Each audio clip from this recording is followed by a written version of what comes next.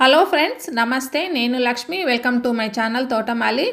ఈరోజు మన వీడియో మందారం మొక్క. ఇంతకుముందు మందారం మొక్క మీద చేసిన చాలా వీడియోస్లో నాకు చాలా కామెంట్స్ వచ్చాయండి.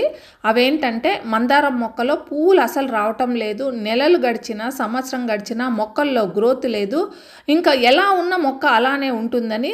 ఫ్రెండ్స్, ఈరోజు వీడియోలో నేను మీకు కొన్ని సీక్రెట్ టిప్స్ను తెలియజేస్తాను. ఈ టిప్స్ను ఏ సీజన్లో అయినా కూడా పనిచేస్తాయి.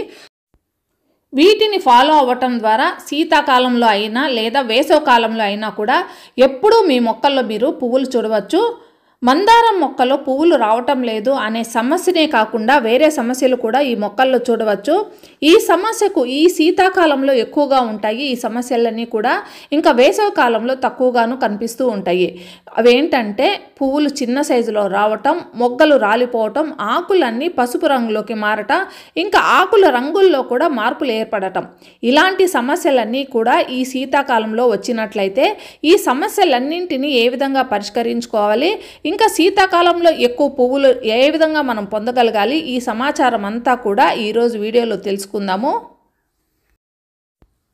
అన్నింటికంటే మొట్టమొదటి సమస్య ఆకులన్నీ ఎల్లోగా మారిపోవటం. ఈ సమస్య ఈ సీజన్లో అంటే చలికాలంలో ఎక్కువగా కనిపిస్తూ ఉంటుంది. ఫ్రెండ్స్, చలికాలం మొదలవ్వంగానే ఆకులన్నీ ఎల్లోగా మారటం, రాలిపోవటం జరుగుతూ ఉంటుంది కదా. ఇవి రెండు రకాలుగా ఉంటాయి. మొదటిది పాత ఆకులన్నీ ఎల్లోగా మారిపోవటం, రాలిపోవటం అంటే ముదిరిపోయిన ఆకులన్నీ కూడా ఎల్లోగా మారిపోవటం అనేది. ఇది కాకుండా రెండో సమస్య ఏంటంటే మనకు ఆకులు ఈనెలు అంటారు కదండి, మధ్య భాగంలో ఉండేదంతా కూడా గ్రీన్ కలర్లో ఉండి మిగతా ఆకు అంతా కూడా ఎల్లోయిష్గా లైట్ గ్రీన్ కలర్లోకి రావటం, ఎల్లోయిష్గా మారుతూ ఉండటం. ఇవి రెండు కూడా వేర్వేరు సమస్యలండి. ముదురాకులు అనేటివి ఎల్లోయిష్గా మారిపోవటం ఒక సమస్య అయితే, ఈ విధంగా రెండో సమస్య ఏంటంటే ఆకులన్నీ కూడా లైట్ గ్రీన్ కలర్లోకి రావటం. ఈ రెండు సమస్యలకి పరిష్కారాలు రెండు వేరువేరుగా ఉంటుంది. ఒకవేళ మీ ఆకులు అంటే పాత ఆకులు, ముదురు ఆకులన్నీ కూడా ఈ విధంగా ఎల్లోయిష్గా మారుతూ ఉంటే దానికి కారణం వాతావరణంలో వచ్చిన మార్పులు. ఒక వాతావరణం నుంచి ఇంకో వాతావరణంలోకి మారినప్పుడు అంటే శీతాకాలంలో చలి పెరిగిపోవటం వల్ల, ఎండ సూర్యరశ్మి తక్కువగా తగలటం వల్ల మొక్కలకి అవసరమైన సూర్యరశ్మి అందకపోవటం వల్ల మొక్కలు అనేటివి స్ట్రెస్కి గురవుతాయి. దానివల్ల పాత ఆకులన్నీ పసుపు రంగులోకి మారి రాలిపోవటం ప్రారంభమవుతాయి.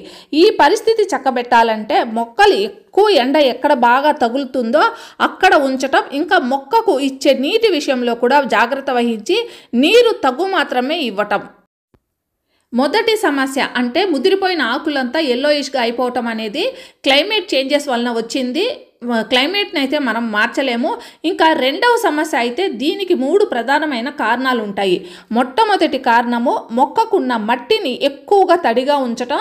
మట్టి ఎక్కువగా తడిగా ఉంటే మొక్కకు ఐరన్, మెగ్నీషియం లోపం ఏర్పడి దానివల్ల ఆకులన్నీ కూడా ఈ విధంగా తయారవుతాయి. ఇక రెండవ కారణం మనం ఇచ్చే ఫర్టిలైజర్లో ఐరన్, మెగ్నీషియం లోపం ఎక్కువగా ఉండటం. అంటే అవి రెండు లేకపోవటం. ఫర్టిలైజర్స్ ఎన్ని ఇస్తున్నా కూడా అందులో ఐరన్, మెగ్నీషియం అనేది తక్కువగా ఉండటం. ఇంకా ఈ రెండు కారణాలు సరిగ్గా ఉండి కూడా మొక్క ఆకులన్నీ కూడా ఈ విధంగా ఉంటే మొక్క ఉన్న మట్టిలో ఆమ్లతత్వం ఎక్కువగా ఉండటం, అంటే ఆల్కలీన్గా మట్టి ఉండటం. ఈ విధంగా ఉంటే కూడా మొక్కకు అనేది ఐరన్, మెగ్నీషియము ఇంకా నైట్రోజన్ అనేది తక్కువైపోయి లోపం ఏర్పడి మొక్కల ఆకులన్నీ కూడా పసుపు రంగులోకి మారిపోతూ ఉంటాయి. ఈ మూడవ సమస్యకు పరిష్కారంగా మొదటిగా మనం చేయాల్సింది ఏంటంటే నీటి విషయంలో జాగ్రత్త వహించండి. ఇప్పుడు నేను చూపించే ఫర్టిలైజర్ని ఇక 15 రోజులకు ఒకసారి ఇవ్వటం ద్వారా మొక్క ఆకులన్నీ కూడా మళ్ళీ పచ్చగా మారి ఇంకా మొక్క అంతా కూడా పువ్వులతో చక్కగా వికసిస్తుంది.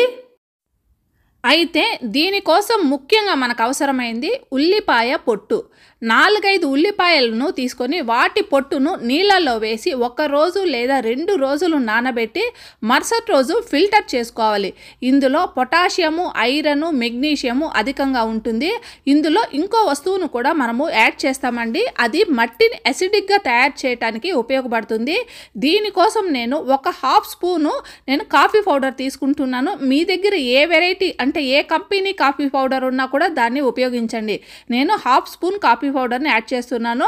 ఈ కాఫీ పౌడర్లో అధికంగా టానిక్ యాసిడ్ అనేది ఉంటుంది. ఇది ఏదైనా సరే మొక్క న్యాచురల్ పద్ధతిలో మట్టిని ఎసిడిక్గా తయారు చేయడానికి ఉపయోగపడుతుంది. మీ మొక్కల్లో ఏ మొక్క అయినా సరే మట్టి ఎసిడిక్గా ఉండటం వల్ల సమస్య ఎదురవుతుంది అని మీకు అనిపిస్తే హాఫ్ స్పూన్ కాఫీ పౌడర్ని మీరు ఆ మొక్క మట్టికి అందించండి. ఇప్పుడు ఇక ఈ ఫర్టిలైజర్ని డైల్యూట్ చేసి, అంటే ఒక భాగం ఈ ఫర్టిలైజర్కి 2 లేదా 3 భాగాలు మనము వాటర్ కలిపి యాడ్ చేసి దాన్ని ఈ విధంగా డైల్యూట్ చేసిన తర్వాత దీన్ని మొక్కలకి ఇవ్వచ్చండి. ఈ ఫర్టిలైజర్ని 15 రోజులకు ఒకసారి మందారం మొక్కలకి ఇవ్వండి. ఈ విధంగా 2-3 సార్లు ఇవ్వటం వల్ల మెల్లగా మొక్కల ఆకులన్నీ కూడా మళ్ళీ గ్రీన్గా పచ్చగా మారటం అనేది జరుగుతుంది. మొక్కల్లో ఐరన్ మెగ్నీషియం లోపం అనేది సరిచేయబడి ఇంకా మట్టిని కూడా ఎసిడిక్గా చేయటానికి ఇది ఒక న్యాచురల్ ఫర్టిలైజరు. దీని తరువాత చలికాలంలో వచ్చే ఇంకొక సమస్య, మొగ్గలన్నీ చిన్న సైజులో రావటం, పువ్వులన్నీ కూడా చిన్న చిన్నగా విడగటం. ఫ్రెండ్స్, ఒకవేళ మీ మందారం మొక్కలో ఈ సమస్య వస్తున్నట్లయితే మీరు ఏ విషయాల మీద శ్రద్ధ వహించాలి, ఈ సమస్యను ఎలా తగ్గించుకోవాలో తెలుసుకుందాము. మొదటి కారణం వాతావరణంలో వచ్చిన మార్పుల వలన సూర్యరశ్మి తక్కువైపోవటం వలన ఈ సమస్య ఏర్పడుతుంది. ఎక్కువ మటుకు దేశీ వెరైటీస్లోనే ఈ సమస్య మనం చూడగలము. కానీ హైబ్రిడ్ వెరైటీస్ శీతాకాలంలో ఎక్కువ ఫ్లవర్స్ వచ్చే వెరైటీస్లో ఈ సమస్య తక్కువగా ఉంటుంది. ఇప్పుడు మీరు చేయవలసిన పని ఏంటంటే, ఏ మొక్కలో అయితే పువ్వులు తక్కువగా వస్తున్నాయో ఆ మొక్కను మంచి సూర్యరశ్మి తగిలే ప్రదేశంలో ఉంచండి. ఇంకా మంచి సూర్యరశ్మినే ఈ సమస్యను పరిష్కరిస్తుంది. ఎందువలనంటే ఇది వాతావరణంలో వచ్చిన మార్పుల వలన సూర్యరశ్మి తక్కువ అవటం వలన వచ్చిన సమస్యనే. దీని తరువాత మూడవ సమస్య, ఎప్పుడూ మందారం మొక్కపై వచ్చేది, ఏ సీజన్లో వచ్చేది అదే మొగ్గలు రాలిపోవటం. శీతాకాలంలో ఈ సమస్య పెరిగితే దానికి కారణం మొక్కలు స్ట్రెస్కు గురవటమే. స్ట్రెస్ కారణాలు ఏవైనా కావచ్చు. టెంపరేచర్ పడిపోవటం, సూర్యరశ్మి తగ్గిపోవటం, చలి పెరగటం, మట్టి అకస్మాత్తుగా ఎండిపోవటం, మట్టిలో తేమ శాతం ఎక్కువ అవటం, ఇవన్నీ కూడా కారణాలు అవుతాయి. ఇవన్నీ మొక్కలు రాలిపోవటానికి కారణమే. ఇందులో కీటకాలు వ్యాపించటం అనేది కూడా ఒక ప్రధానమైన కారణం అవుతుంది. ఇవి మొగ్గలో వ్యాపించి ఉన్నా లేదా మట్టిలో ఉన్నా అవి పైకి వ్యాపించి మొక్కలు రాలిపోవటానికి కారణాలు అవుతాయి. అయితే ఈ సమస్యను ఏ విధంగా పరిష్కరించుకోవాలో చూద్దాము. మొదటగా మట్టిని తేలికపాటి తేమ ఉండేటట్లు చూసుకోవాలి. నిరంతరం ఎప్పుడూ తేమగా ఉండకూడదు, అలాగని పూర్తిగా ఎండబెట్టకూడదు. మట్టిని చెక్ చేసుకొని నీరు ఇవ్వాలి. ఇక కీటకాలు వ్యాపిస్తే దానిని మనమే పరిష్కరించుకోవాలి. ఏ విధంగా ఈ సమస్యను పరిష్కరించుకోవచ్చో ఈరోజు వీడియోలో తెలియజేస్తాను. దానికోసం చాలా సులువుగా ఇంట్లోనే ఒక పెస్టిసైడ్ను తయారు చేసుకొని ఉపయోగించడం ద్వారా ఈ సమస్యను పరిష్కరించుకోవచ్చు. ఫ్రెండ్స్, ముందుగా మనం చేయవలసిన పని ఏంటంటే, ఏ మొక్క మీద అయితే ఈ కీటకాలు, ఎఫిడ్స్, చీమలు ఇవన్నీ కూడా కనిపిస్తాయో ఆ మొక్క మట్టిని బాగా కలియబెట్టండి. బాగా కలియబెట్టి ఆరబెట్టండి. దానివల్ల మట్టిలో ఏవైనా కీటకాలు ఉంటే దానంతట అవే చనిపోతాయి. కావాలంటే ఇందులో హాఫ్ స్పూన్ వరకు పసుపు పొడి అండి 15 రోజులకు ఒకసారి నీటిలో కలిపి ఇవ్వండి. అయితే ముందుగా మట్టిని పొడి చేసి ఆరబెట్టిన తర్వాతే ఈ పసుపు కలిపిన వాటర్ని మొక్కకి ఇవ్వండి, అంటే మట్టికి ఇవ్వండి. ఇప్పుడు ఇక ఒక ఇన్సెక్టిసైడ్ను మీకు షేర్ చేస్తాను. ఇది ఒక అద్భుతమైన నేచురల్ క్రిమి సంహారక మందు. దీనికోసం ఒక 5 లేదా 6 వేపాకులు, దీనితో పాటు 3 లేదా 4 వెల్లుల్లి రెబ్బలు, కొద్దిగా వాటరు, ఇవి 3 కలిపి మిక్సీ చేసి గ్రైండ్ చేసుకోండి. గ్రైండ్ చేసిన తర్వాత ఫిల్టర్ కంపల్సరీ చేసుకోండి. ఈ లిక్విడ్ను ఒక 2 లీటర్ల వాటర్లో కలిపి డైల్యూట్ చేసి అప్పుడు మాత్రమే మొక్కలకి స్ప్రే చేయండి. ఇది ఒక అద్భుతమైన పెస్టిసైడు. స్ప్రే చేసిన మొదటి రోజే దీని రిజల్ట్ బాగా కనిపిస్తుంది. ఇది మొక్కకు ఏ విధంగా కూడా హాని కలిగించదు, ఎందుకంటే ఇది నేచురల్ పెస్టిసైడ్. ఒకవేళ మీకు పెస్ట్ ఎక్కువగా ఉండి ఒక్కసారికే కంట్రోల్ అవ్వకపోతే 2 లేదా 3 రోజుల తర్వాత మళ్ళీ ఒకసారి స్ప్రే చేయండి. ఇది మీ గార్డెన్లో ఉన్న అన్ని రకాలైన మొక్కలకి స్ప్రే చేయొచ్చు. దీని తర్వాత చివరి పాయింట్, మందారం మొక్క పువ్వులు ఎందుకు ఇవ్వటం లేదు? ఒకవేళ మందారం మొక్క పువ్వులు ఇవ్వకపోతే దానికి మొదటగా మనము ఇవ్వవలసింది పొటాషియం. పొటాషియం మీరు మొక్కలకు ఇచ్చి చూడండి. ముఖ్యంగా ఈ చలికాలంలో మొక్కకు పొటాషియం ఇవ్వటం వల్ల మొక్క స్ట్రెస్ నుంచి బయటకు వస్తుంది. ఇంకా పూర్తి చలికాలం అంతా కూడా పువ్వులు వస్తాయి. ఈరోజు వీడియోలో 2 రకాలైన ఫర్టిలైజర్స్ని నేను తెలియజేస్తాను. ఇవి 2 రకాలుగా మొక్కలకు ఇవ్వవచ్చు. ఇది ఒక best natural home made fertiliser. ఇందులో పొటాషియం అధికంగా ఉంటుంది. మీరు 2 లేదా 3 సార్లు మందారం మొక్కలకు ఇచ్చి చూడండి. పువ్వులు రావటం లేదు అనే మొక్కలు అనేటివే ఉండవు. దీన్ని 2 రకాలుగా ఇవ్వవచ్చని నేను చెప్పాను కదండి. మొదటగా అరటి తొక్కలను ఎండబెట్టండి. ఎండబెట్టాక మిక్సీలో గ్రైండ్ చేసి పౌడర్ రూపంలో తయారు చేసుకోండి. ఒక్కసారి చేసుకొని పెట్టుకుంటే దీన్ని ఎన్ని రోజులైనా కూడా స్టోర్ చేసుకోవచ్చు. ఇది పాడవదు. ఒక్క మందారమే కాదండి, మన గార్డెన్లో ఎన్ని రకాలైన ఫ్లవరింగ్ ప్లాంట్స్ ఉంటే అన్నింటికీ కూడా ఈ ఫర్టిలైజర్ అద్భుతంగా పనిచేస్తుంది. 15 రోజులకు ఒకసారి ఇస్తే చాలు. పాట్ సైజును బట్టి 1 స్పూన్ నుంచి 3 స్పూన్ల వరకు ఇవ్వవచ్చు. దీని తర్వాత రెండవ పద్ధతి అరటి తొక్కలతో తయారు చేసుకున్న ఫర్టిలైజరే. కాకపోతే దీన్ని చాలా ఈజీగా తయారు చేసుకోవచ్చు. దీని అరటి తొక్కలను ముందుగా ఎండబెట్టుకోండి. ఎండబెట్టి ఇవ్వటం వల్ల మొక్కలకి పెస్ట్ అనేది వస్తాయి లేదా ఏదైనా హాని జరుగుతుంది అనే ప్రాబ్లమే లేదండి. ఎలాంటి పెస్ట్ కానీ ఫంగస్ కానీ కీటకాలు కానీ దీని ద్వారా చేరవు. ఇంకా ఇందులో ఎండబెట్టడం వల్ల పొటాషియం అనేది కూడా అధికమవుతుంది.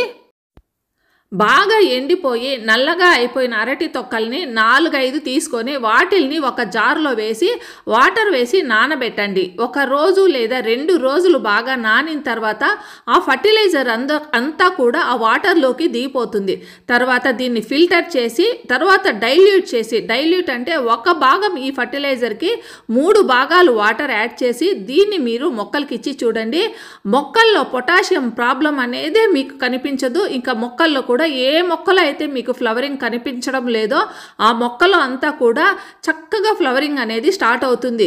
2-3 సార్లు ఇవి ఇచ్చి చూడండి. మీకు మంచి రిజల్ట్ అయితే కనిపిస్తుంది. పౌడర్ రూపంలో ఫర్టిలైజర్ ఇచ్చేటిగా ఉంటే 15 రోజులకు ఒకసారి ఇవ్వండి. అలా కాకుండా లిక్విడ్ రూపంలో ఇచ్చేటిగా ఉంటే 10 రోజులకు ఒకసారి లేదా వారానికి ఒకసారి కూడా ఈ లిక్విడ్ రూపంలో ఫర్టిలైజర్ మొక్కలకి ఇవ్వచ్చు. ఎప్పుడూ కూడా లిక్విడ్ ఫర్టిలైజర్ని పొడిగా ఉండే నేల మీద ఇవ్వండి. బాగా తేమగా ఉన్నప్పుడు మాత్రం మట్టి ఇవ్వకండి.